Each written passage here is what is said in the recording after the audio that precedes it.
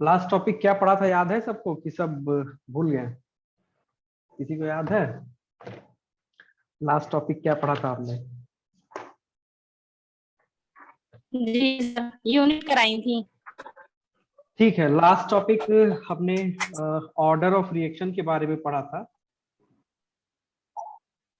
All right, और वहां से एक चीज देखा था कि रेट कांस्टेंट अगर जो है, अगर उसका आपको यूनिट निकालना हो तो उसके लिए हमने एक फार्मूला डेवलप किया था, मोल litre inverse 1 - n second inverse, ये पढ़ा था ना। और इससे रिलेटेड कुछ क्वेश्चन सॉल्व करे थे, कैसे ऑर्डर ऑफ रिएक्शन को फाइंड आउट करते हैं। और यहाँ से हमने ये भी फाइंड आउट किया था कि अगर जो ऑर्डर आपका 0 हो तो उसके लिए के का क्या यूनिट आता है, वो आता है मोल लीटर इनवर्स सेकेंड इनवर्स। और अगर जो फर्स्ट ऑर्डर रिएक्शन है तो वो आएगा सेकेंड इनवर्स, और सेकेंड ऑर्डर रिएक्शन है तो वो क्या आएगा, मोल लीटर इनवर्स, सॉरी मोल इनवर्स लीटर सेकेंड इनवर्स। इतनी सारी बातें हमने लास्ट लेक्चर में देखी थी, और इससे रिलेटेड कुछ क्वेश्चन भी हमने सॉल्व करे थे। ठीक है, तो चलिए आपकी मेमोरी टेस्ट करने के लिए एक क्वेश्चन हम लोग सॉल्व करते हैं, उसके बाद आगे बढ़ेंगे। ठीक है, क्वेश्चन करने से क्या होता है, चीजें रिफ्रेश हो जाती हैं।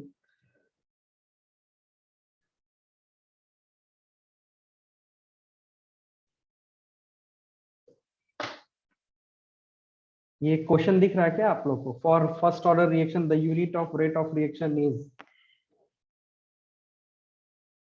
ये क्वेश्चन सबको विजिबल है?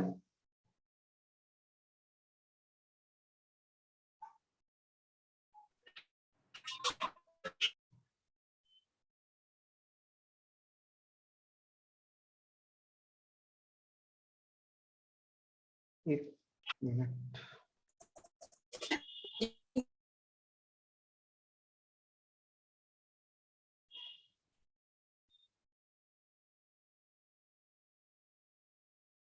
ओके, अभी अभी विजिबल है क्या? क्वेश्चन है for first order reaction the unit of rate of reaction is, इसका आंसर कोई बताएगा?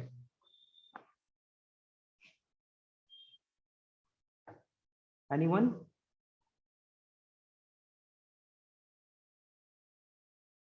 Anita, Anita, can you tell me what is the answer of this? और प्रताप, दोनों लोगों में से कोई भी बताएगा क्या इसका आंसर क्या है?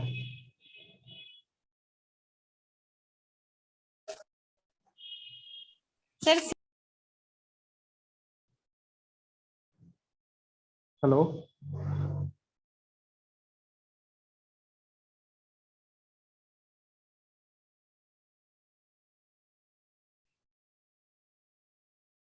ओके, तो अनीता ने आंसर दिया C, mole inverse litre second inverse.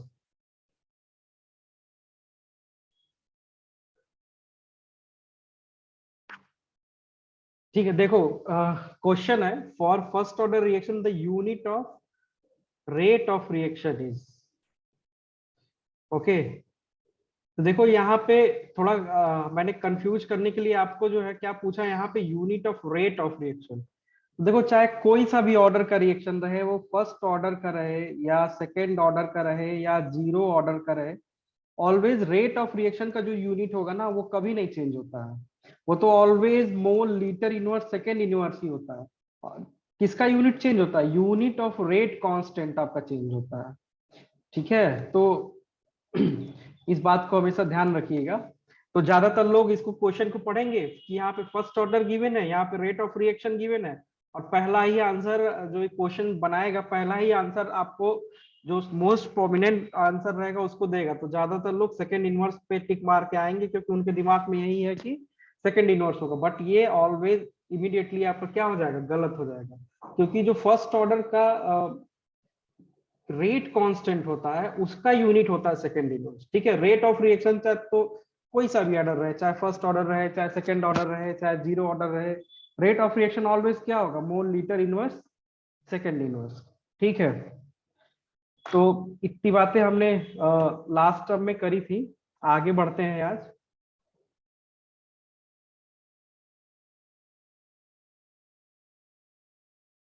आज हम देखो आज हम शुरू करेंगे zero order reaction, first order reaction और सेकंड ऑर्डर रिएक्शन। तो first order, zero order, second order reaction जानने से पहले जो है कुछ कुछ कॉमन फार्मूलाज है, या हम कह सकते हैं सिंपल मैथमेटिकल फार्मूला है जो आपको याद ही होना चाहिए। ठीक है, बहुत आसान सा है, उसको थोड़ा देख लेंगे। तो सबसे पहले हम लॉग के बारे में थोड़ा जानेंगे, क्योंकि ऑलवेज आगे चल के लॉग का यूज बहुत ज्यादा होने वाला है। फर्स्ट ऑर्डर रिएक्शन में लॉग का यूज हमेशा होगा। तो लॉग के बारे में कुछ फार्मूला है, उसको हम देख लेंगे। देखो कहीं पे अगर जो लॉग सिंपली लिखा हो तो आपको ये तुरंत समझ जाना है कि लॉग जो लिखा है उसका जो बेस है वो ऑलवेज 10 है। ठीक है, जब तक कि यहाँ पे कुछ मेंशन ना करे ऑटोमेटिकली आपको, अगर जो कुछ भी नहीं लिखा है तो ये समझ जाना है लॉग का जो बेस है वो क्या है, 10 है। और कहीं पे अगर जो लिखा है log m to the power n, तो इसका मतलब हो जाएगा n log m, मतलब कि ये जो n है आपका वो यहाँ आ जाएगा। ठीक है, तो पहला फार्मूला ये हो गया log का सिंपल सा फार्मूला। फिर कहीं पे अगर जो लिखा है log x y, तो इसका मतलब हो जाएगा कि log x plus log y। अब यही फॉरवर्ड डायरेक्शन में भी चलेगा, यही रिवर्स डायरेक्शन में भी चलेगा। कहने का क्या मतलब है कि अगर जो कहीं पे लिखा है log x प्लस वाई, तो ऑलवेज हम उसको लिख सकते हैं log x इंटू वाई लिखा है तो उसको लिख सकते हैं log x plus log y, या कहीं पे log x plus log y लिखा तो उसको log x इंटू वाई भी पढ़ सकते हैं। ठीक है, उसके बाद जो सब बहुत कॉमन एक और यूज होता है log x divided by y। इसका मतलब होता है कि log x minus log y। ये भी उसी तरह है, ये भी फॉरवर्ड डायरेक्शन में और बैकवर्ड डायरेक्शन में फॉलो होगा। मतलब कहीं पे log x minus log y लिखा है तो उसको आप log x बाई y लिख सकते हो, या log x बाई y कहीं पे लिखा हुआ है तो आप उसको log x minus log y लिख सकते हो। ठीक है, और बहुत सारी जगह पे आप देखोगे ln का यूज किया जाता है, ऐसे लिखा रहता है ln x। ठीक है, तो अगर जो इस ln x को आपको log से रिप्लेस करना है तो सिंपली ln x बराबर में हो जाएगा 2.303 log 10 बेस x। यहाँ पे मतलब 10 बेस लिखने का जरूरत नहीं है, दैट इज ऑटोमेटिकली अंडरस्टूड है। तो ये 2.303 log x हो जाएगा। ठीक है, और log की कुछ वैल्यूज हैं जो आपको याद ही रहनी चाहिए, जैसे log 2 का वैल्यू कितना होता है 0.3010।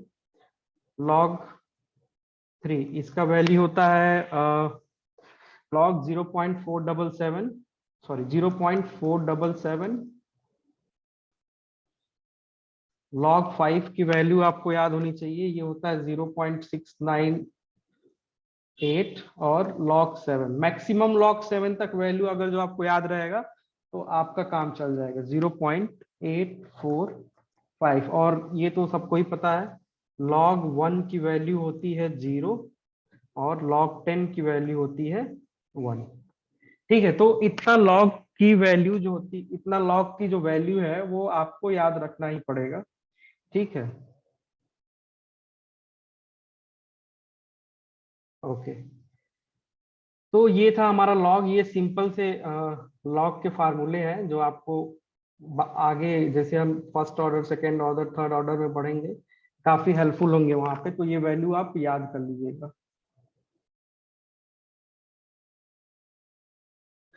ओके, आगे बढ़ते हैं। अब थोड़ा डिफरेंशिएशन के कुछ फार्मूले हैं उसको देख लेते हैं।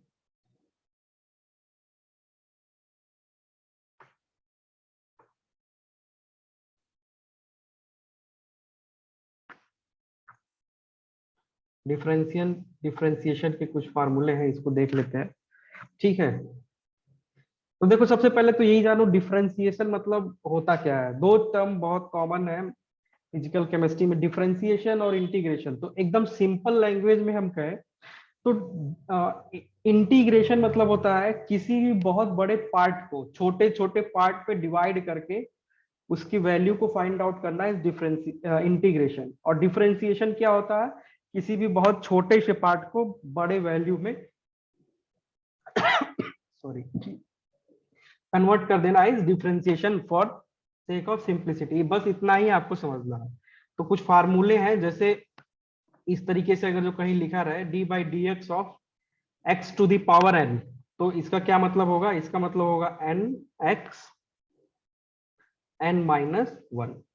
तो सपोज करो अगर जो कहीं क्वेश्चन लिखा है D by D X of X to the power three, तो इसको आप कैसे सॉल्व करोगे? तो आपको पता है D by D X of X to the power N हो गया, तो ये हो जाएगा three X three minus one, तो ये क्या होगा? Three X square. ठीक है। उसी तरह कहीं पे ये लिखा रहा है D by D X of E to the power X, E means exponential, तो ये सिंपली हो जाएगा E to the power X इसकी वैल्यू। और कहीं पे लिखा रहा है D by D X of not sin D by D X of sine X, तो ये हो जाएगा कॉस एक्स। और कहीं पे लिखा रहा है D by D X of cos x, तो ये हो जाएगा माइनस साइन एक्स। ठीक है। और ऐसे भी हो सकता है D by D X of log E to the power X, तो ये हो जाएगा वन बाई एक्स।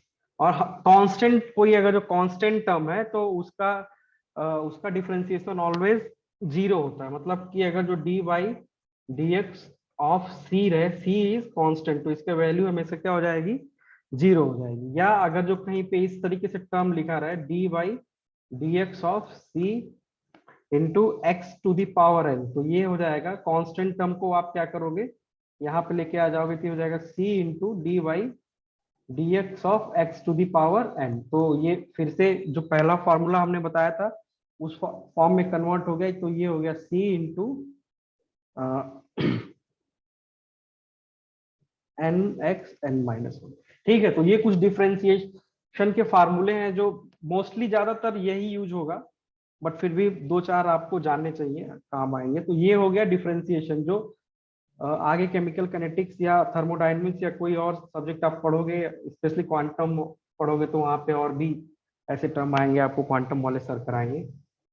उसके बाद integration, first order reaction, second order reaction, zero order reaction आप पढ़ोगे तो वहां पे बार बार आपको इंटीग्रेशन टर्म आएगा, तो वो भी देख लेते हैं। देखो अगर जो सिंपली कहीं इंटीग्रेशन का सिंबल इस तरह से बना होता है उल्टा, इंटीग्रेशन अगर जो कहीं इस तरीके से लिखा रहा है इंटीग्रेशन ऑफ डीएक्स, देखो डिफरेंशिएशन और इंटीग्रेशन एक दूसरे के अपोजिट है। ठीक है। कहीं पे डिफरेंशिएशन हो और उसको इंटीग्रेट किया हो तो आपस में एक दूसरे से तो क्या कर देंगे? कैंसिल आउट कर देंगे। तो अगर जो कहीं ऐसे लिखा है इंटीग्रेशन ऑफ डीएक्स, तो ये डी और इस इंटीग्रेशन को कैंसिल कर देगा और यहाँ पे एक्स प्लस सी आ जाएगा, और इस सी को हम बोलते हैं इंटीग्रेशन कांस्टेंट।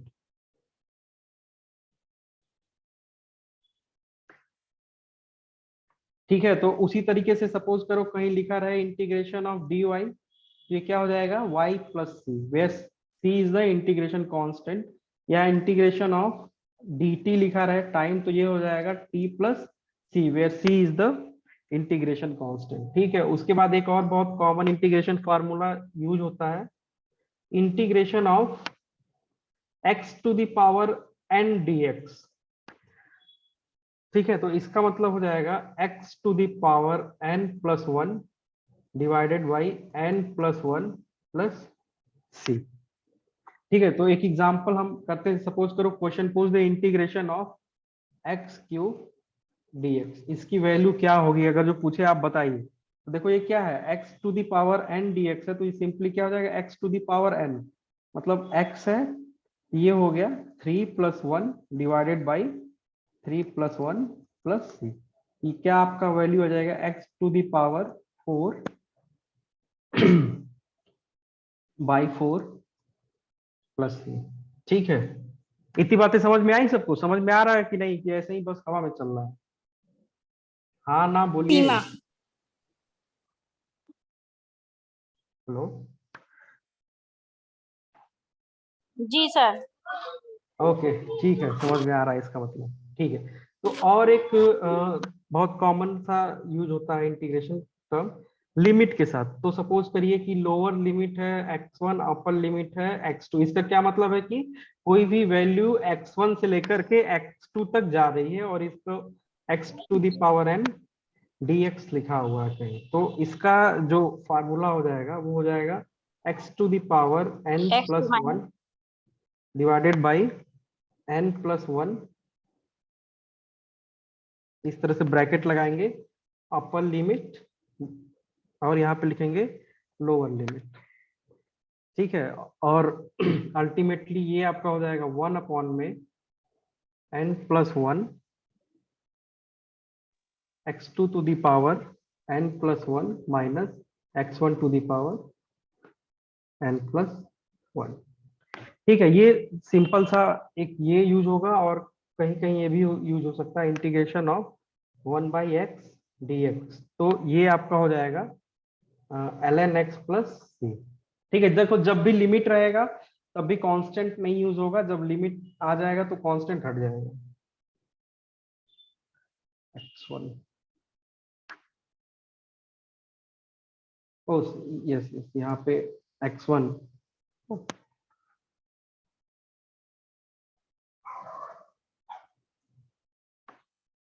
ठीक है, उसी तरह से सपोज करो इसी में हम क्या करें, एक लिमिट लगा दें x2, यहाँ पे लिख दें x1 1/x dx।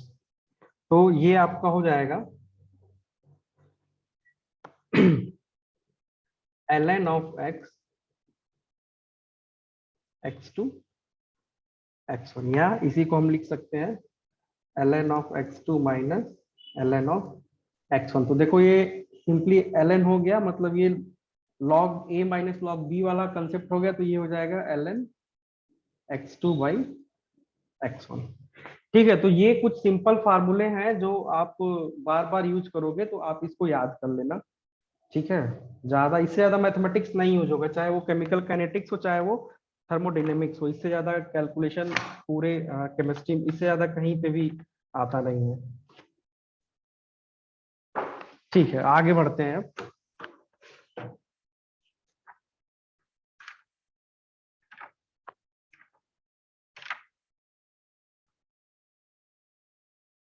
तो अभी हम करेंगे आज जीरो ऑर्डर रिएक्शन।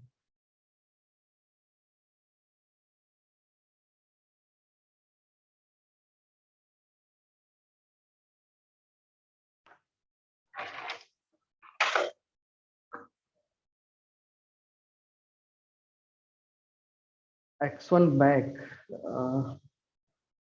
ओके। ठीक है, जीरो ऑर्डर रिएक्शन पहले देखते हैं, फिर उस पे आएंगे। देखो, तो जीरो ऑर्डर रिएक्शन के लिए हमने बताया था, सपोज करो कि कोई रिएक्टेंट ए है, वो प्रोडक्ट पी में कन्वर्ट हो रहा है। तो जो इसका रेट होगा वो रेट लॉ के अकॉर्डिंग क्या हो जाएगा,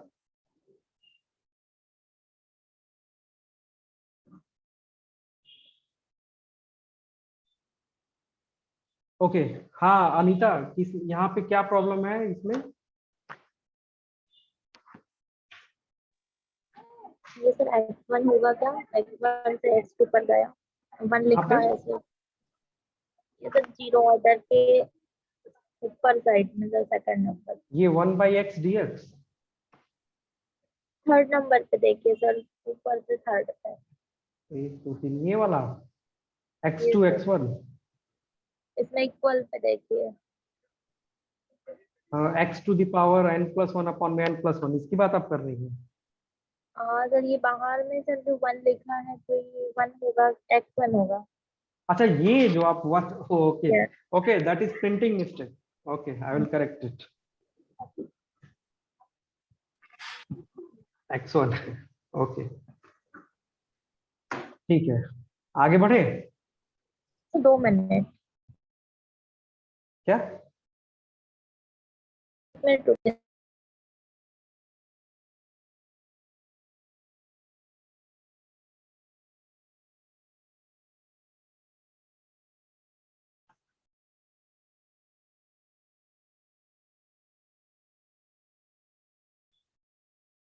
हो गया। ओके ठीक है, तो जीरो ऑर्डर रिएक्शन पे आते हैं। तो जीरो ऑर्डर रिएक्शन हमने बताया था कि अगर जो कहीं इंटीग्रेटेड रेट लॉ इक्वेशन के अकॉर्डिंग अगर जो आपको जीरो ऑर्डर रिएक्शन लिखना हो तो आप कैसे लिखोगे, rate is equal to K not A to the power zero.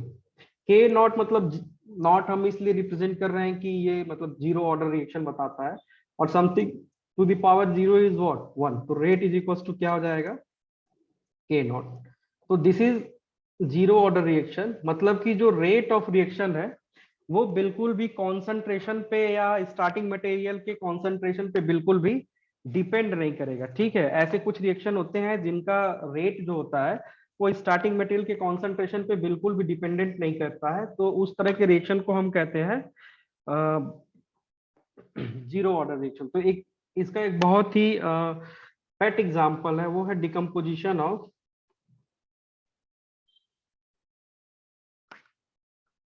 Ammonia on hot platinum surface. ठीक है, और वो भी किस हाई प्रेशर पे होना चाहिए। ठीक है, ये बहुत क्लासिकल एग्जांपल है। तो इस केस में क्या होता है, अमोनिया जो होता है वो प्लेटिनम सरफेस पे डिकम्पोज करता है N2 प्लस 3H2। तो यहाँ अगर जो आप देखो तो आपको ऐसा लगेगा कि जो ऑर्डर ऑफ रिएक्शन है वो क्या है, 2 है, जबकि ऐसा नहीं है। ठीक है, तो ये एग्जाम्पल है जीरो ऑर्डर रिएक्शन का। ऐसा क्यों होता है कि सपोज करो ये प्लेटिनम सरफेस है हमारा, और इसके सरफेस पे ये अमोनिया मॉलिक्यूल एब्जॉर्ब है, बहुत सारे अमोनिया मॉलिक्यूल ऐसे एब्जॉर्ब है, ऐसे बहुत सारे अमोनिया मॉलिक्यूल है। ठीक है, तो इस कंडीशन में क्या होगा, सपोज करो ये नीचे वाला जो लेयर है, ये जो आपका फर्स्ट लेयर है ये वाली, ये लेयर जैसे ही एब्जॉर्ब करेगा,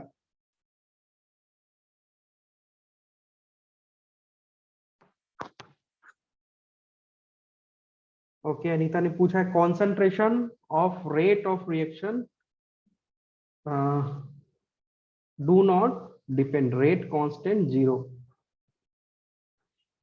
ओके देखो ये रेट कांस्टेंट जीरो नहीं है, हमने जीरो लिखा है कि ये बताने के लिए कि जीरो ऑर्डर का रिएक्शन है। आप चाहे तो इसको मत लिखिए, चलेगा, आप इस जीरो को मत लिखिए, नो प्रॉब्लम।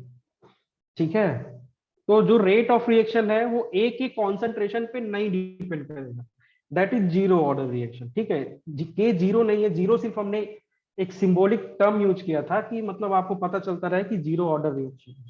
ओके, तो मैं बता रहा था कि ये फर्स्ट लेयर है, तो यहाँ ये लेयर जैसे ही डिकम्पोज होगा, मैंने पहले ही बोल दिया कि प्रेशर हाई होना चाहिए, मतलब अमोनिया का जो प्रेशर है वो क्या है, बहुत ज्यादा है। तो the moment this layer will decompose at the immediately this layer will come down, वो लेयर क्या होगा, इसकी जगह ले लेगा, फिर उसके बाद ये तीसरा लेयर जो है इसकी जगह ले लेगा।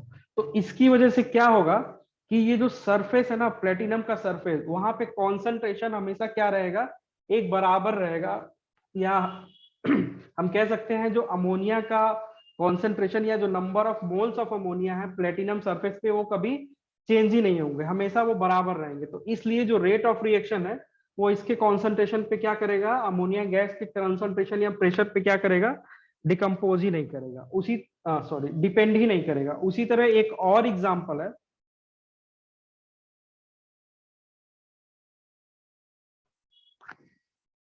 decomposition of HI on platinum surface, HI on platinum surface, not platinum surface, actually ये gold surface पे होता है, on gold surface। ठीक है, प्लेटिनम गोल्ड ही क्यों ले रहे हैं हम लोग यहाँ पे, क्योंकि ये जो मेटल्स है दीज आर इनर्ट मेटल। ठीक है, तो ये आपके रिएक्शन में पार्टिसिपेट नहीं करते हैं। तो उसी तरह यहाँ पे भी क्या होता है, 2HI गोल्ड सरफेस पे in presence of heat decompose करके H2 प्लस I2 बनाएगा। तो यहाँ पे भी आप देखोगे तो आपको ऐसा लगेगा कि जो रेट ऑफ जो ऑर्डर ऑफ रिएक्शन है वो क्या है, 2 है, लेकिन ऐसा नहीं है, यहाँ पे भी हमारा जो ऑर्डर ऑफ रिएक्शन आएगा वो 0 आएगा। NH3OH, NH3OH कहाँ पे, कहाँ की बात कर रही हैं आप?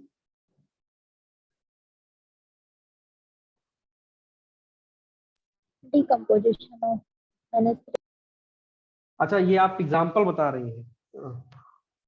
ओके, उसके बारे में मुझे अभी आइडिया नहीं है, NH3OH मैंने कहीं पढ़ा नहीं है। Anyway I will check it. ठीक है, अच्छा एक और है, photosynthesis of HCl। HCl photosynthesis मतलब कि लाइट के प्रेजेंस में H2 plus Cl2 will combine in presence HCl। of light to form 2 molecule of HCl। तो ये भी जो है यहाँ पे आप देखो तो आप कहोगे इसका ऑर्डर 1 है, इसका ऑर्डर 2 है, 1 है, तो दोनों को सम कर देंगे तो ऑर्डर ऑफ रिएक्शन क्या आ जाएगा, 2 आ जाएगा। लेकिन ऐसा नहीं है, इसका भी ऑर्डर क्या होता है 1, इसका भी ऑर्डर 0 ही होता है। ठीक है, और सबका रीजन एक ही है, यहाँ पे जितना भी जो पहला रीजन मैंने बताया सबके लिए सेम ही रीजन यूज होता है। ठीक है, तो चलो एक देखो, जब हम रेट ऑफ रिएक्शन बता रहे थे तो हमने बताया था रेट ऑफ रिएक्शन, सपोज करो ये ए है, ये पी में कन्वर्ट हो रहा है, तो रेट ऑफ रिएक्शन आप दो तरीके से लिख सकते हो। पहला मेथड ये है -dA/dt, ये भी रेट है। और दूसरा आप इसी को लिख सकते हो के A⁴ n, मान लो कोई सा भी ऑर्डर है, nth ऑर्डर का रिएक्शन है, rate is equal to kA⁴n। ठीक है, तो यहां से आप सिंपली ऐसे लिख सकते हो -dA/dt is equal to kA⁴n। तो इस तरह के इक्वेशन को, कहीं पे इस तरह का इक्वेशन अगर जो कहीं लिखा हुआ है उसको हम बोलते हैं differential rate equation.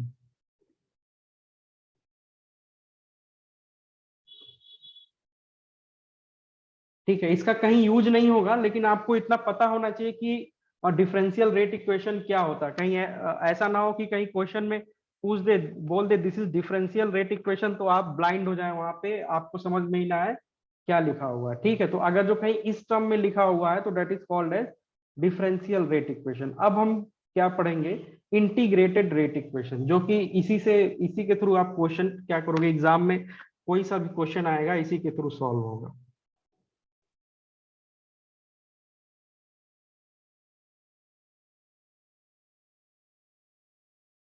Integrated rate equation of zero order reaction बहुत इंपॉर्टेंट है ये इक्वेशन। सारे इक्वेशन जो आज मैं पढ़ाऊंगा तो उसको बिल्कुल एकदम ध्यान से पढ़िएगा। अच्छा, इंटीग्रेटेड रेट इक्वेशन पढ़ने से पहले एक हम काम करते हैं, थोड़ा ग्राफ के बारे में पढ़ लेते हैं, बहुत जरूरी है वो, क्योंकि ग्राफ हमेशा हर जगह पूछा जाएगा। ग्राफ कैसे प्लॉट करोगे, इवन ग्राफ से CSIR में भी 2 नंबर के बहुत छोटे छोटे क्वेश्चन आते हैं। ठीक है, ग्राफ वो भी ऑलवेज आपके लिए जो इक्वेशन यूज होगा ग्राफ के लिए हमेशा यही होगा, y is equal to mx plus c। इसको बोलते हैं straight line graph.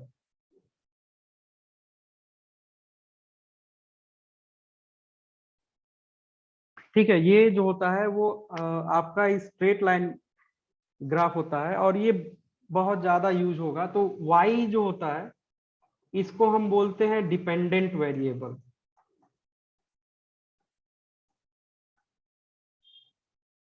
Dependent variable का क्या मतलब है, जिसकी वैल्यू x के ऊपर डिपेंड करेगी, और जो x हमारा होता है वो होता है, यहां पे लिखता हूं,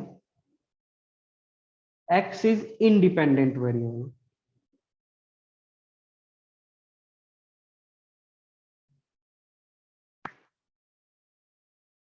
ठीक है, और जो ये c होता है, इस c को हम बोलते हैं इंटरसेप्ट,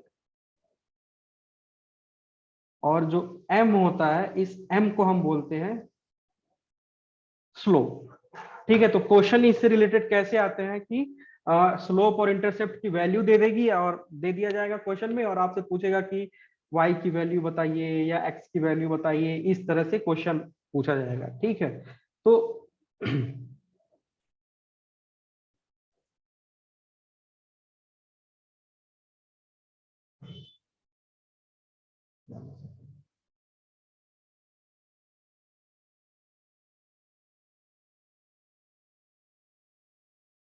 एक ग्राफ दिख रहा है सबको यहाँ पे?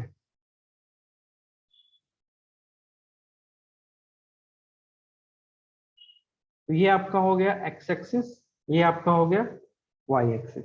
ठीक है, तो इसमें अगर जो कभी भी आप y is equal to M X plus C का ग्राफ प्लॉट करोगे तो वो हमेशा कुछ इस तरह से आएगा।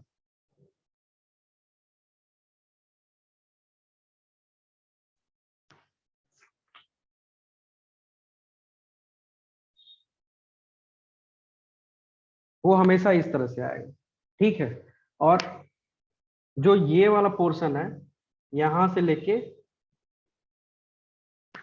यहां तक, इस पोर्शन को हम क्या बोलते हैं? इंटरसेप्ट बोलते हैं।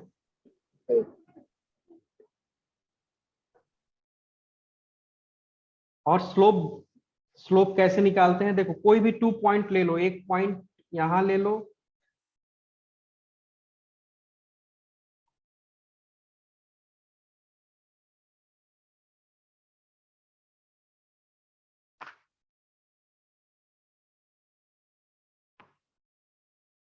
अनीता क्या पूछना चाह रही हो? मैं समझा नहीं एक्चुअली।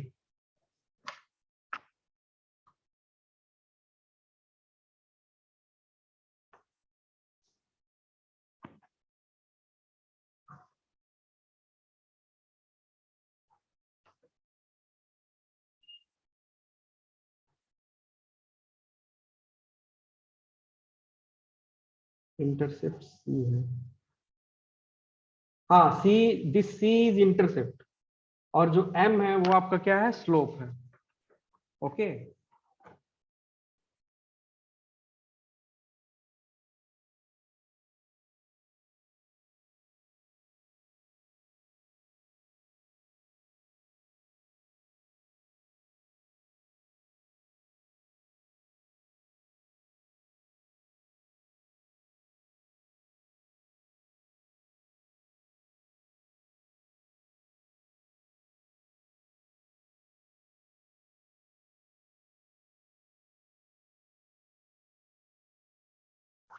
हेलो, आवाज आ रहा है क्या? Hello, hello, hello. आ रहा है सर। ओके ओके ओके, मेरा जी थोड़ा सर। हाँ ओके, इंटरनेट सिग्नल थोड़ा वीक हो गया था इधर। ठीक है, तो अगर जो आपको स्लोप निकालना हो तो आप कोई भी 2 पॉइंट ले लो, यहाँ पे 2 पॉइंट यहाँ ले लो और 2 पॉइंट यहाँ ले लो। तो सपोज करो ये x1 है, ये x2 है, और ये y1 है, ये y2 है। तो इसको आप क्या करो, आप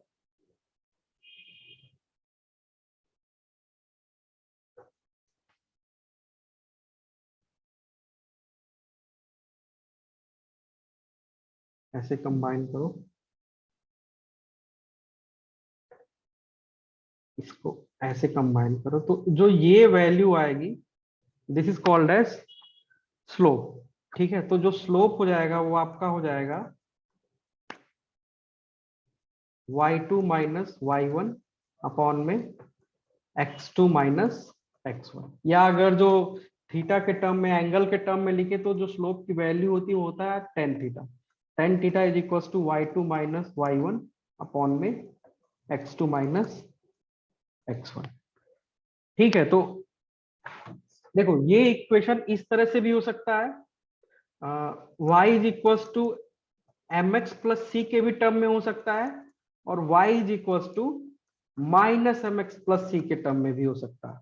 तो ठीक है, जब अगर जो ये एम एक्स प्लस सी के टर्म में होगा तो आपको ग्राफ इस तरह मिलेगा, ऊपर की तरफ जाता हुआ। लेकिन अगर जो यही थोड़ा चेंज हो जाए,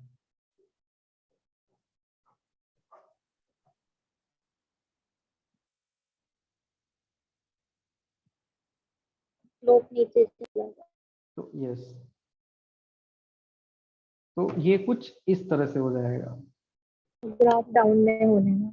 हाँ, ये बात आपको ध्यान रखना है। अच्छा, ये समझ में आता है ना कि ये लाइन ऐसे ऊपर की तरफ क्यों जा रही है, ये लाइन नीचे की तरफ क्यों आ रही है? इसमें किसी को कोई दिक्कत तो नहीं है? अगर जो कोई प्रॉब्लम हो तो बोलो, बताऊं इसको मैं फर्दर इसको एक्सप्लेन करूं। ठीक है, तो चलो एक एक प्लॉट कर लेते हैं तो ज्यादा क्लियर हो जाएगा। तो देखो, कभी भी अगर जो आपको ग्राफ प्लॉट करना हो तो दो वैल्यू आपके पास रहनी चाहिए, एक x एक y। ठीक है, तो यहाँ पे फॉर आवर कन्वीनियंस हम मान लेते हैं जो m की वैल्यू है वो यूनिटी है, और जो c की भी वैल्यू है वो भी ऑलवेज क्या है, यूनिटी है, 1 1 है, मान लेते हैं ये कांस्टेंट टर्म है। तो अगर जो x 0 रखोगे आप तो y की वैल्यू यहाँ पे क्या हो जाएगी, 0 इंटू 1, तो 0, तो y is equal to c, और c की वैल्यू क्या है 1। उसी तरह अगर जो आप x की वैल्यू 1 रखोगे तो जो y की वैल्यू वो क्या हो जाएगी, 1 इंटू 1 प्लस 1 2। सिमिलरली अगर जो 3 रखोगे तो सॉरी 2 अगर जो रखोगे, अगर जो आप यहाँ पे 2 रखोगे तो इसकी वैल्यू हो जाएगी 3, क्योंकि 2 इंटू 1 2 प्लस 1। और अगर जो 3 रखोगे तो इसकी वैल्यू 4 हो जाएगी, ऐसे सो ऑन, अगर जो आप 4 रखोगे तो इसकी वैल्यू 5 हो जाएगी। ठीक है, तो इसको हम प्लॉट करके देखते हैं।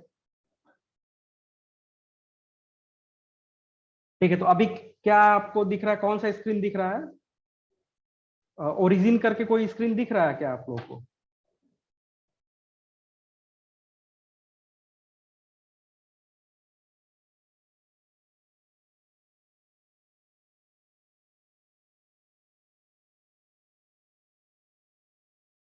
ओके, अनीता ने रिपीट करने को बोला। ठीक है, यहाँ पे देखते हैं, पहले प्लॉट कर लेते हैं फिर देखते हैं।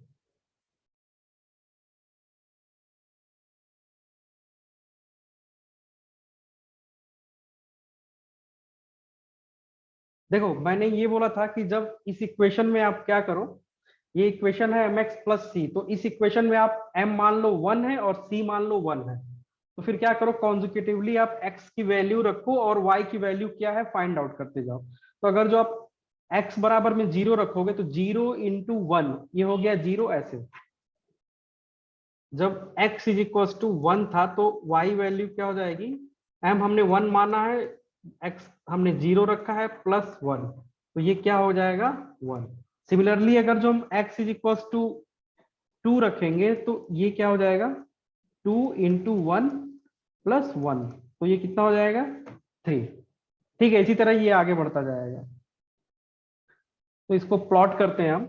देखो, मतलब जो x है y1 और y1 से x1 मिलाए और उसके बीच से जो x1 से x2 का जो स्लो मिल रहा है उसको क्या कहेंगे? x1 और x2 का क्या मिल रहा है?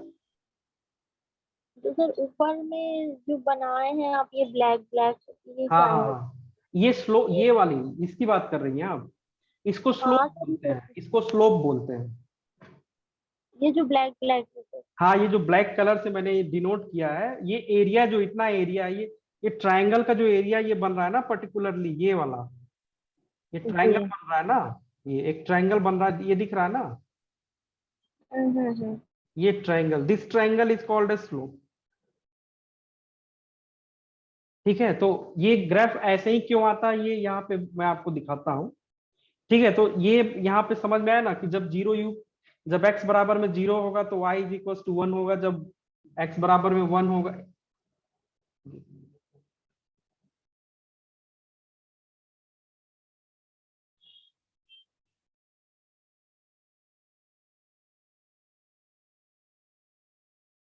चलो, ये x y एक्सिस है, इसको प्लॉट कर दिया।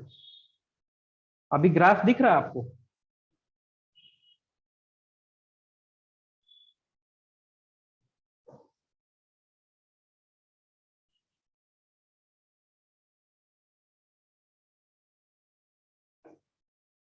एक ग्राफ दिख रहा है कि नहीं अभी?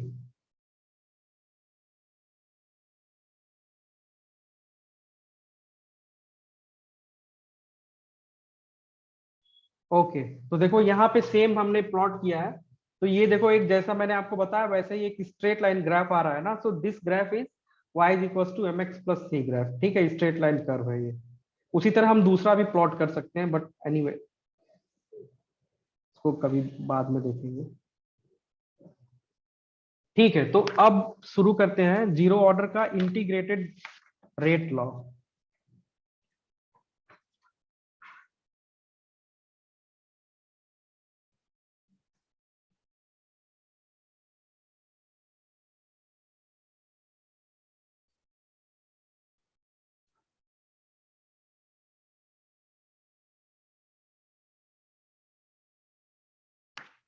जीरो ऑर्डर रिएक्शन के लिए हम देखते हैं।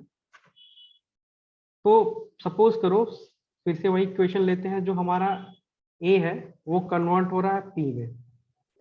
तो यहां से अगर जो इसका हम रेट लिखें, तो रेट क्या होगा? एक तो ये मेथड हो जाएगा के ए टू द पावर 0, ये एक रेट है, या ए टू द पावर 0 मीन्स 1, तो रेट इज इक्वल टू के। ठीक है, और एक और मेथड से हम रेट लिख सकते हैं, rate is equal to minus D A by D T. तो ये दोनों रेट, दोनों मेथड से हम क्या कर सकते हैं, रेट लिख सकते हैं। तो ये इक्वेशन 1 मान लो, ये इक्वेशन 2। तो इक्वेशन 1 और 2 में देखो, इसका लेफ्ट हैंड साइड अगर जो हम इक्वल दिखा रहे हैं, तो राइट हैंड साइड को भी इक्वल दिखा सकते हैं। तो यहां से हम ऐसे लिख सकते हैं, माइनस डी ए अपॉन में D T is equal to K, इन दोनों इक्वेशन की हेल्प से। या आप क्या करो, इसमें जो निगेटिव सिंबल है ना, उसको आप राइट साइड में लेके आ जाओ। तो इसको हम ऐसे लिख सकते हैं, D A equal to minus of K, और डी टी को भी इधर मल्टीप्लाई कर दो डी टी, ऐसे इसको लिख सकते हैं। ठीक है, तो अब इसी रिएक्शन में जो हमने रिएक्शन लिया है,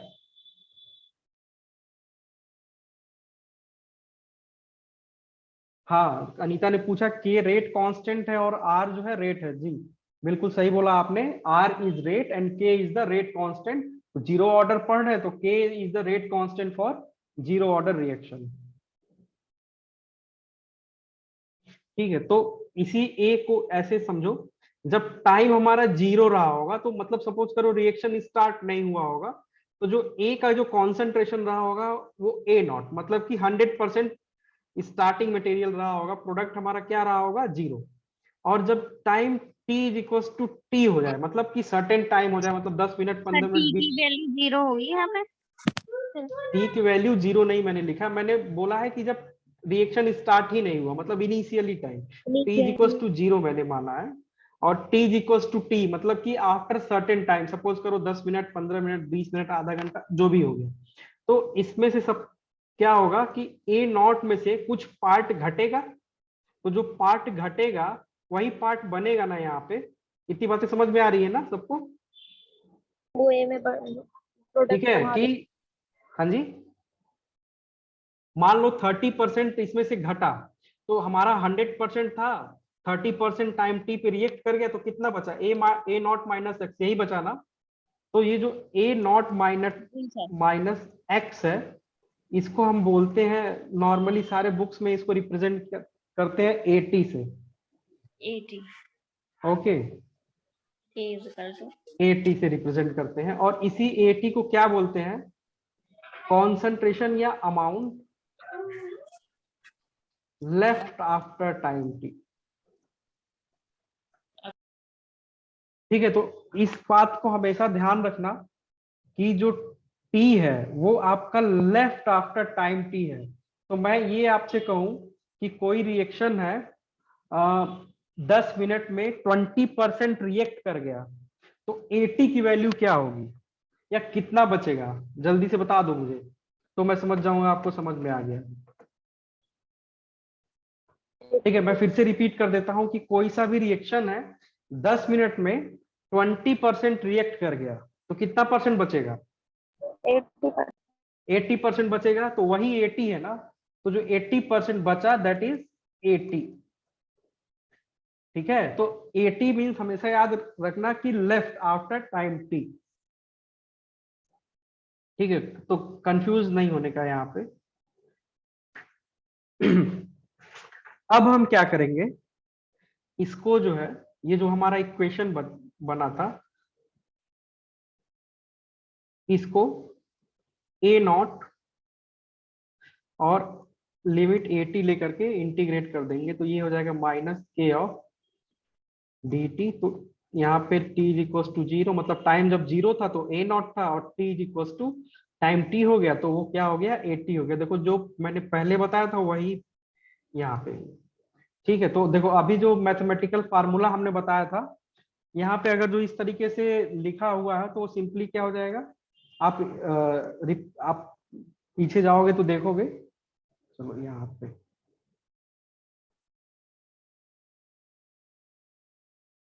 ये देखो,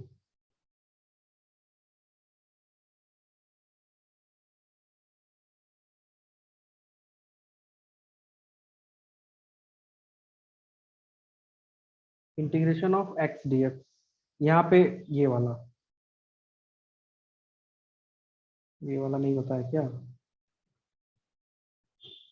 ये रहा ये वाला। ठीक है, तो 1/x है, यहाँ पे कुछ नहीं है तो सिंपली इस ये वाला टर्म आ जाएगा। तो यहाँ पे ये आपका हो गया at, ये हो गया a not is equal to minus K t minus एक स्टेप और चलते हैं, यहाँ पे हो गया t, यहाँ पे हो गया 0, तो इसको हम लिख सकते हैं at minus a not is equal to minus of K t minus 0 करोगे तो t हो गया। ठीक है, तो this equation is called as, सारे मैथमेटिकल पर्पस के लिए यही इक्वेशन हर जगह यूज होगा, ये वाला इक्वेशन क्वेश्चन सॉल्व करने के लिए। ठीक है, तो this equation is called as integrated rate law equation for zero order reaction.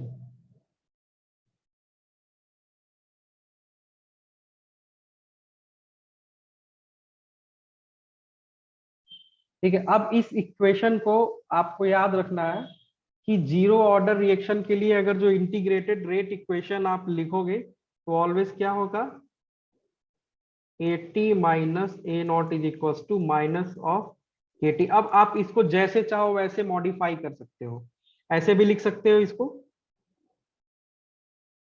A not के टर्म में आप इसको लिख सकते हो, या simply at is equal to minus of kt plus A not, ये भी उसका सेम इक्वेशन है। या आप इसको ऐसे भी लिख सकते हो, A not is equal to kt plus at, bracket लगा लेते हैं ज्यादा सुटेबल होगा। ठीक है, तो आप अब आप इसी इक्वेशन को जितने तरीके से लिखना चाहो उतने तरीके से लिख सकते हो, बट मेन इक्वेशन आपका क्या है, at minus A not is equal to minus of kt।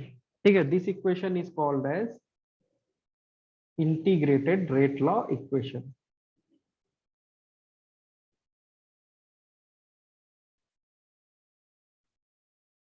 अब इसका यूज कैसे करेंगे, इससे बेसिस इसके बेसिस पे न्यूमेरिकल कैसे आते हैं, वो सारी चीजें हम देखेंगे।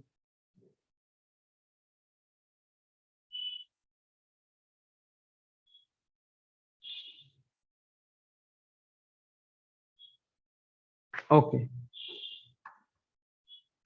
इतना समझ में आया क्या सबको कि नहीं समझ में आया?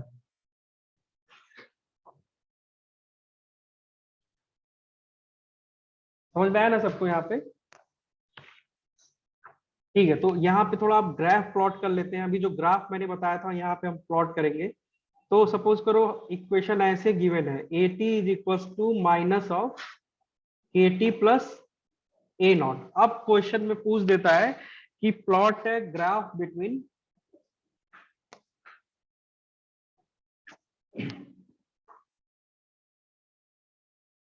at versus t। तो देखो ये कुछ इस तरीके का है ना, y is equal to minus M X plus C, बिल्कुल उसी जैसा इक्वेशन है ना। तो मैंने क्या बताया था कि जब भी y is equal to minus M X plus C रहेगा,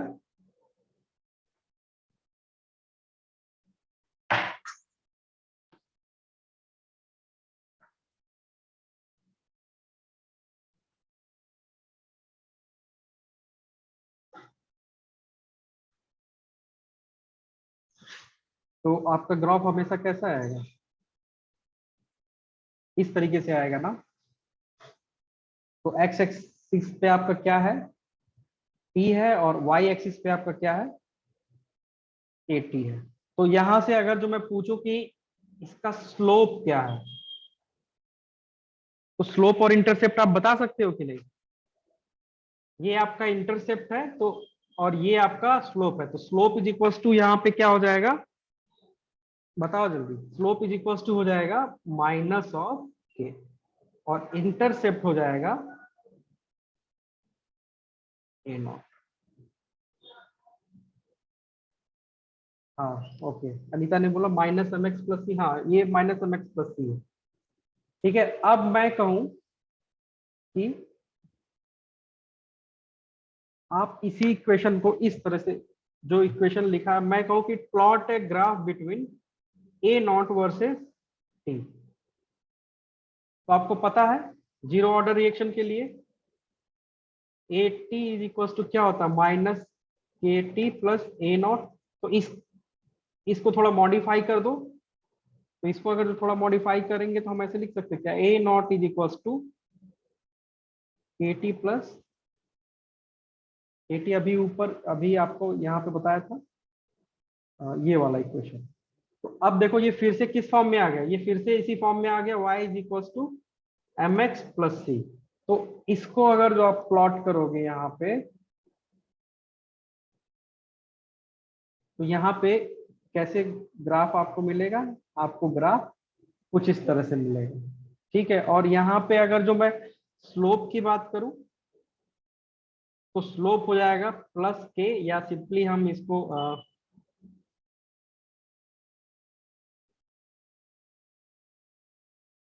के लिख दें, और इंटरसेप्ट आपका क्या हो जाएगा,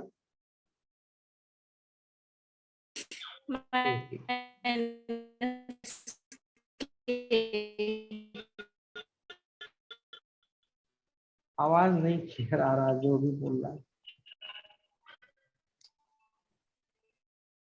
ठीक है, तो ये दो ग्राफ हो गया, ये ग्राफ काफी इंपॉर्टेंट है, मैंने आपको पहले ही बता दिया है, इससे बार बार क्वेश्चन पूछा जाएगा जीरो ऑर्डर रिएक्शन का।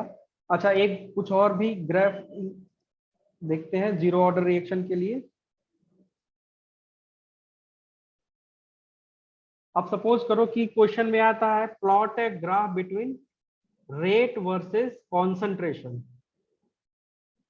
For zero order reaction.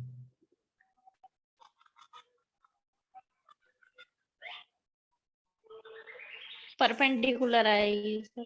हाँ बैक, हाँ अनीता बताओ क्या प्रॉब्लम है यहाँ पे। क्या था? हेलो,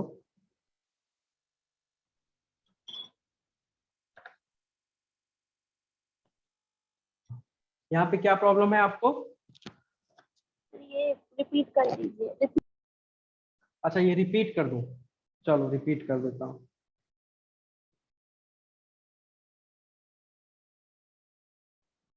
फिर से प्लॉट कर देते हैं।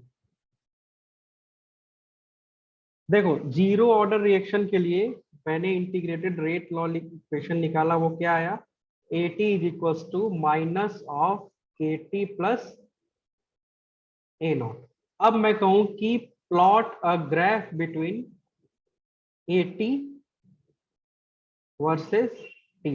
ये देखो ये y है, और ये माइनस mx है, और ये प्लस c है, बिल्कुल इसी के जैसा इक्वेशन है ये।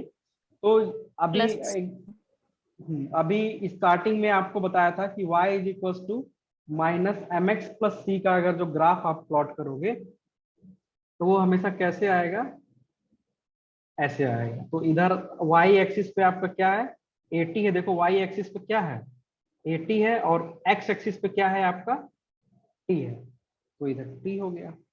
ऑल राइट, तो यहां से अगर जो मैं बोलूं स्लोप क्या है, तो स्लोप आपका डिपेंडेंट वेरिएबल के साथ जो रहता है, मतलब माइनस के हो गया। और अगर जो मैं पूछूं इंटरसेप्ट क्या है, तो ये आपका क्या हो गया, ए नॉट हो गया। ठीक है, और सिमिलरली अगर जो मैं बोलूं कि इसी को आप ग्राफ प्लॉट करो ए नॉट वर्सेस टी, तो इसको रीअरेंज कर लो इस इक्वेशन को, इसको इधर भेज दो, तो जब इस वाले इक्वेशन को आप क्या करो, इधर भेज दो। तो जब आप इधर भेजोगे तो ये हो जाएगा A not is equal to K T plus A T. तो ये देखो y is equal to M X plus C के टर्म में आ गया, मतलब यहाँ पे पॉजिटिव आ गया। अगेन जब इस तरह से y is equal to M X plus C के फॉर्म में आए तो जो इसका ग्राफ प्लॉट होगा वो कैसे होगा, वो यहाँ से ऊपर की तरफ जाएगा। ये आपका हो गया ए नॉट वाई और x क्या है यहाँ पे t।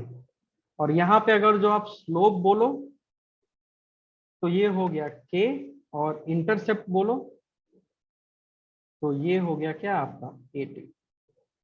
ठीक है, समझ में आ गया ना अनीता, समझ में आया आपको? ठीक है, ओके। तो अब मैं बोलूं कि plot A graph between rate versus concentration zero order के लिए। तो आपको पता है जीरो ऑर्डर रिएक्शन में कॉन्सेंट्रेशन के ऊपर रेट डिपेंड ही नहीं करता है, क्योंकि जीरो ऑर्डर रिएक्शन आपका क्या होता है कि सपोज करो ए इज कन्वर्टिंग टू पी और ये जीरो ऑर्डर रिएक्शन है, तो आर इज इक्वल टू क्या हो जाएगा के ए टू द पावर जीरो, या ये सिंपली हो जाएगा आर इज इक्वल टू के, मतलब ए के कॉन्सेंट्रेशन पे डिपेंड नहीं कर रहा। तो अगर जो मैं इधर रेट को डिनोट करूं और इधर आपके कॉन्सेंट्रेशन को डिनोट करूं तो इस पे डिपेंड ही नहीं करेगा, हमेशा एक स्ट्रेट लाइन ग्राफ इस तरीके से आपको मिल जाएगी। देखो कॉन्सेंट्रेशन कुछ भी हो, कॉन्सेंट्रेशन इधर बढ़ रहा है लेकिन रेट की वैल्यू पे कोई फर्क नहीं पड़ रहा, रेट जितना है उतना ही रह रहा है सारे कॉन्सेंट्रेशन पे। आप ये कॉन्सेंट्रेशन ले लो, आप ये कॉन्सेंट्रेशन, ये कॉन्सेंट्रेशन, ये कॉन्सेंट्रेशन, सारे जगह रेट की वैल्यू जो यहाँ पे फिक्स है वही फिक्स है, वो चेंज नहीं कर रहा। तो अगर जो रेट वर्सेस कॉन्सेंट्रेशन की बात करें तो आप इस तरह से ग्राफ प्लॉट करोगे। ठीक है, अच्छा। अब यहीं पे एक कंसेप्ट आता है हाफ लाइफ टाइम का।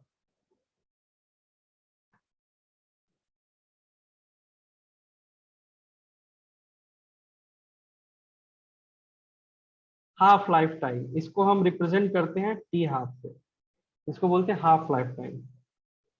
ठीक है, हाफ लाइफ टाइम नाम से ही लग रहा है कि हाफ, हाफ मतलब हाफ लाइफ टाइम अगर जो देखेंगे तो हाफ लाइफ टाइम वो टाइम होता है जिसमें हमारा जो कॉन्सेंट्रेशन हो वो क्या हो जाए, आधा हो जाए या हाफ हो जाए, तो दैट पर्टिकुलर टाइम इज आधा। Called as half life time. Okay, तो सपोज करो कि इनिशियली कोई रिएक्शन है जिसका इनिशियल कॉन्सेंट्रेशन ए नॉट था और टी हाफ जब हुआ मतलब एक हाफ लाइफ टाइम हुआ तो ये इसका कितना बच जाएगा ए बाई टू।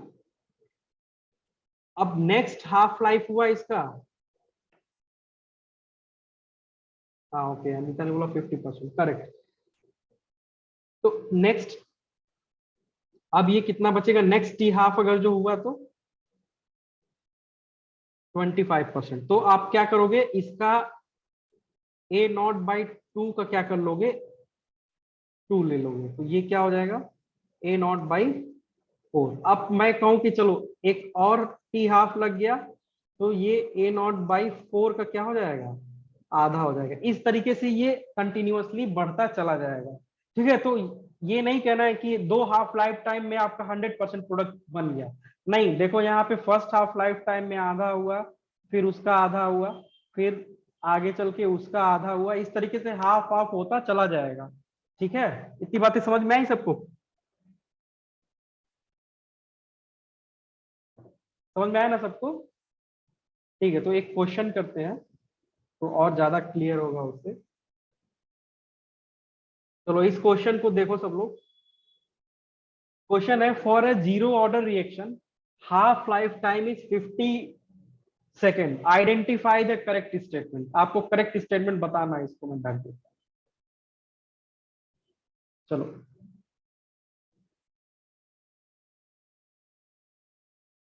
बताओ, अब बताओ। अगर जो आपने इसका आंसर सही बता दिया तो मुझे समझ में आ जाएगा कि आपको हाफ लाइफ टाइम का कंसेप्ट समझ में आ गया।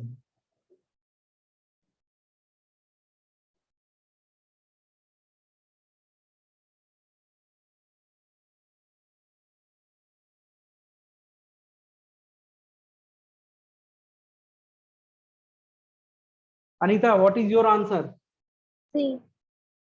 see the same quantity of A will consume for every 50 second of the reaction. Next one, एक और कौन है, प्रताप सिंह से जो लॉगिन करता है, आपका क्या नाम है? सीमा। हाँ सीमा जी, ओके, आप बताइए, आप इसका आंसर बताइए।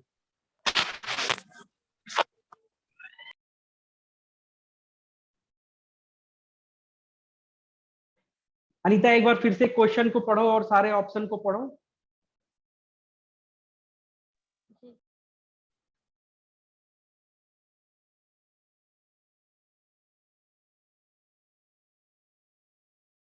क्वेश्चन कह रहा है for a zero order reaction half life time is 50 second, identify the correct statement. तो कोई सा भी रिएक्शन है तो उसका जो हाफ लाइफ टाइम है वो क्या है, 50 सेकेंड है। इसका मतलब कि जो ए नॉट है वो 50 सेकेंड होने के बाद 50% मैंने लिख दिया, मान लो इनिशियली ये 100% था, 50 सेकेंड होने के बाद इसका ए नॉट बाई 2 हो जाएगा, मतलब 100/2 हो गया, तो ये कितना बचा, 50% बच जाएगा। ठीक है, तो कह रहा है कि the reaction will complete in 100 second. चलो क्रॉस चेक कर लेते हैं, एक और 50 सेकेंड लगा देते हैं इस पे। तो जब आप एक और 50 सेकेंड लगाओगे तो ये क्या होगा, 50 का हाफ होगा ना, ये क्या बचेगा, 25% बच जाएगा। ओके, अनीता ने बोला बी। ठीक है, देखते हैं। तो देखो पहला आंसर, तो पहला ऑप्शन गलत हो गया, क्योंकि रिएक्शन अभी भी 100 सेकेंड हो गया, 50 सेकेंड यहाँ हो गया, 50 सेकेंड यहाँ हो गया, बट स्टिल 25% रिएक्शन बचा है, तो ये गलत हो गया। फिर है the reaction will begin after 50 second, मतलब रिएक्शन 50 सेकेंड बाद शुरू होगा, ऐसा नहीं है, रिएक्शन तो इमीडिएटली शुरू हो जाएगा ना। तो रिएक्शन इमीडिएटली शुरू हो जाएगा, 1 सेकेंड, 2 सेकेंड, 3 सेकेंड, 4 सेकेंड, और जैसे ही 50 सेकेंड जाएगा वो क्या हो जाएगा, उसका हाफ हो जाएगा 50, तो ये भी गलत हो गया। थर्ड पे आते हैं, the same quantity of A will consume for every 50 second of the reaction. बोल रहा है कि हर 50 सेकेंड पे जो ए की सेम क्वांटिटी कंज्यूम होगी, तो ये भी गलत है। देखो इनिशियली ए क्या था, 100% था, और 50 सेकेंड के बाद कितना बचा, 50 हो गया, आधा हो गया, और उसके बाद कितना हो गया, 25 हो गया। तो सेम क्वांटिटी कहाँ कंज्यूम हो रहा है, पहले 100 था, फिर 50 हुआ, फिर 25 हुआ, अब 25 का हाफ होगा ना, तो ये भी आपका गलत हो गया। ठीक है, फिर ऑप्शन डी है, quantity of A remains after 100 second will is half what remains after 50 second. ठीक है, तो ये देखो बिल्कुल सही ऑप्शन है। बोल रहा है कि 100 सेकेंड के बाद, ये 100 सेकेंड के बाद जो बचा is half what remain after 50 second. तो देखो एकदम बिल्कुल सही है, ये किस क्या है, जो 50 सेकेंड पे बचा था उसका हाफ है, तो ऑप्शन डी इज करेक्ट। ठीक है, तो देखो इस तरह से कितना सिंपल सा कंसेप्ट है half life time, but CSIR इतना आसानी से आपको पास नहीं होने देगा। ठीक है, इतना हर साल लगभग 50 से 60,000 स्टूडेंट अप्लाई करते हैं, पास होते हैं सिर्फ 200 300, तो इतना आसानी से सीएसआईआर आपको नंबर नहीं देगा, आपको लगेगा कि आपको सब आता है, but when you will try to solve the question you will find out okay I did a blunder. ठीक है, तो यहाँ पे कोई सा भी इस तरह से क्वेश्चन आया तो आपको पहले ऑप्शन को ध्यान से देखना है, समझना है, फिर आगे बढ़ना है। ओके, तो ये आपका हाफ लाइफ टाइम हो गया, हाफ लाइफ टाइम का कंसेप्ट हो गया। अब चलो हाफ लाइफ टाइम की वैल्यू फाइंड आउट कर लेते हैं। तो मैंने बोला था कि for first order reaction AT is equals to minus of KT plus A not, इतना आपको बताया था ना। या इसी इक्वेशन को अगर जो मैं ऐसे लिख दूं, A not minus KT is equals to KT, तो इस पे किसी को कोई आपत्ति है, नहीं होनी चाहिए, क्योंकि इसको मैंने सिंपली इसी इक्वेशन को क्या कर दिया, थोड़ा सा रीअरेंज कर दिया। ठीक है, तो अब आप हम क्या करते हैं, हाफ लाइफ टाइम निकालते हैं इसका। तो T इज इक्वल्स टू क्या हो जाएगा आपका, T हाफ। तो अब बताओ जो 80 है, मतलब 80 क्या, concentration left after time T, वो क्या होगा, जो इनिशियल रहा होगा उसका आधा हो जाएगा ना, जब time is equal to T half होगा तो एटी क्या हो जाएगा, ए नॉट बाई टू, उसका हाफ हो गया।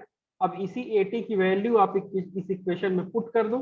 तो जब आप इक्वेशन में पुट करोगे तो ये हो गया A naught minus A not by two is equal to T के बजाय हम टी हाफ लिख दें इंटू टी। तो ये क्या हो जाएगा,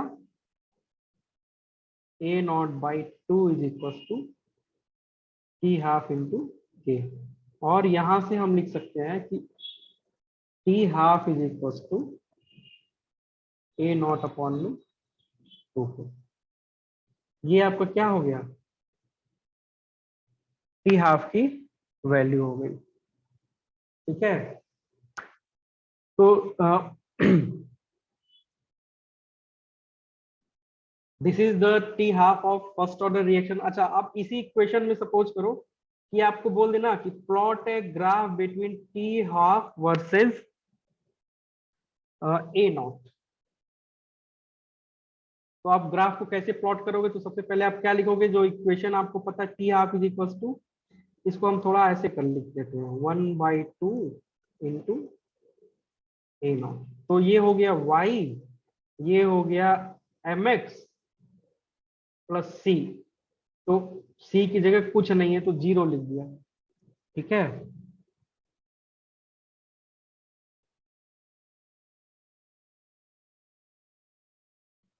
अब आप जब इसको ग्राफ प्लॉट करोगे तो देखो यहाँ पे इंटरसेप्ट कुछ नहीं है, तो ग्राफ हमेशा कहाँ से शुरू होगा, ओरिजिन से शुरू होगा। ठीक है, इधर आपका टी हाफ हो गया, इधर आपका ए नॉट हो गया, और इसका जो स्लोप आ जाएगा वो आ जाएगा 1/2 में 2।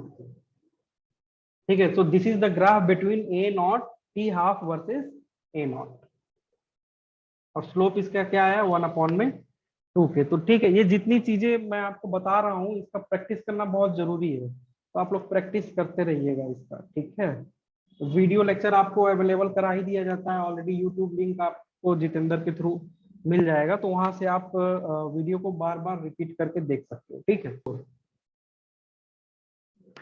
ठीक है, या आप इसी को हम बोलते क्वार्टर। ठीक है, तो आपको बोले कि बताइए कि जीरो ऑर्डर रिएक्शन के लिए T3/4 क्या होगा। तो आपको पता है जीरो ऑर्डर का रिएक्शन अभी मैंने लिखा A naught minus A T is equal to क्या होता है, के टी। तो आप फिर से आप यहाँ पे क्या करो कि ए टी का वैल्यू फाइंड आउट कर लो और इस इक्वेशन में पुट कर दो। तो देखो, तो A T is equal to क्या, जब T is equal to T3/4 होगा तो ए टी क्या हो जाएगा, जो इनिशियल ए नॉट है इसमें से 3/4 क्या हो गया,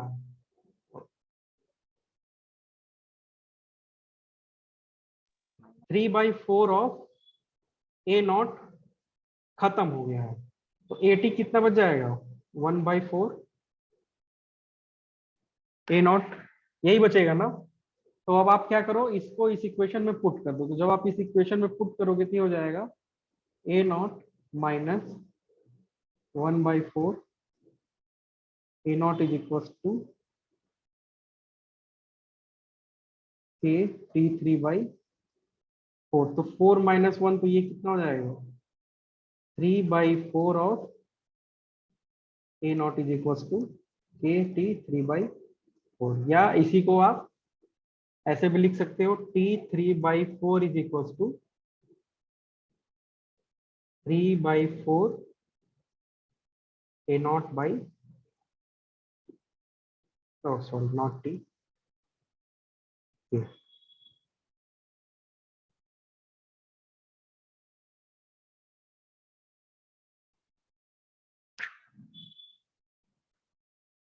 ठीक है, ए नॉट है। इतनी बातें समझ में आई ना। तो आपको टी हाफ की वैल्यू मैंने बता दी, आपको T3/4 की वैल्यू बता दी। तो चलो अभी मैंने यहाँ पे एक चीज लिख लेते हैं, T half is equal to, अभी मैंने फाइंड आउट किया था, वो आया था आपका ए नॉट बाई 2 के। तो इसी इक्वेशन को थोड़ा सा हम अगर जो रीअरेंज करें, मतलब T3/4 को हम ऐसे लिख दें 3/2 इंटू 1/2 ए नॉट बाई के। देखो इसको मल्टीप्लाई करोगे तो सेम सेम ही चीज आ जाएगा। तो यहां से देखो ये वाली जो वैल्यू है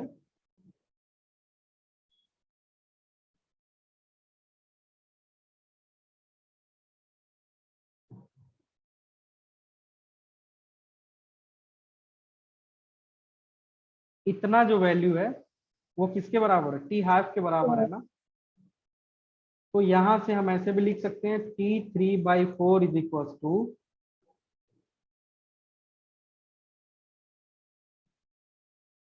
T3/4 is equal to 3/2 T half.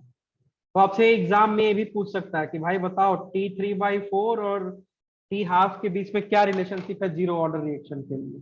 तो this one T half. Okay good. ठीक है, तो आप यहां से इजिली क्या कर सकते हो, दोनों के बीच का क्या रिलेशनशिप है ये भी आप बता सकते हो।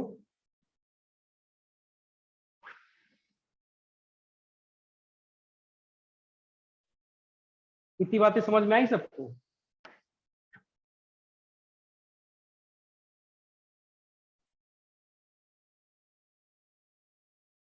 हेलो, इतनी बातें समझ में आई ना सबको। तो ठीक है, इसी को थोड़ा और सिंप्लीफाई कर लो ताकि आपको हमेशा याद रहेगा। T3/4 is equal to 1.5 of T half. ठीक है, तो ठीक है, आज का क्लास यहीं पे हम समाप्त करते हैं, काफी लेट हो गया है। ठीक है, तो फिलहाल मैंने अभी जितना पढ़ाया आपको जीरो ऑर्डर रिएक्शन के बारे में, जो जितना ग्राफ मैंने बताया, इसको आप क्या करिएगा, इसको एक बार फिर से आप रिवाइज कर लीजिएगा। अगला टर्म पे जब भी क्लास लगेगा इससे रिलेटेड क्वेश्चन हम सॉल्व करेंगे। ठीक है।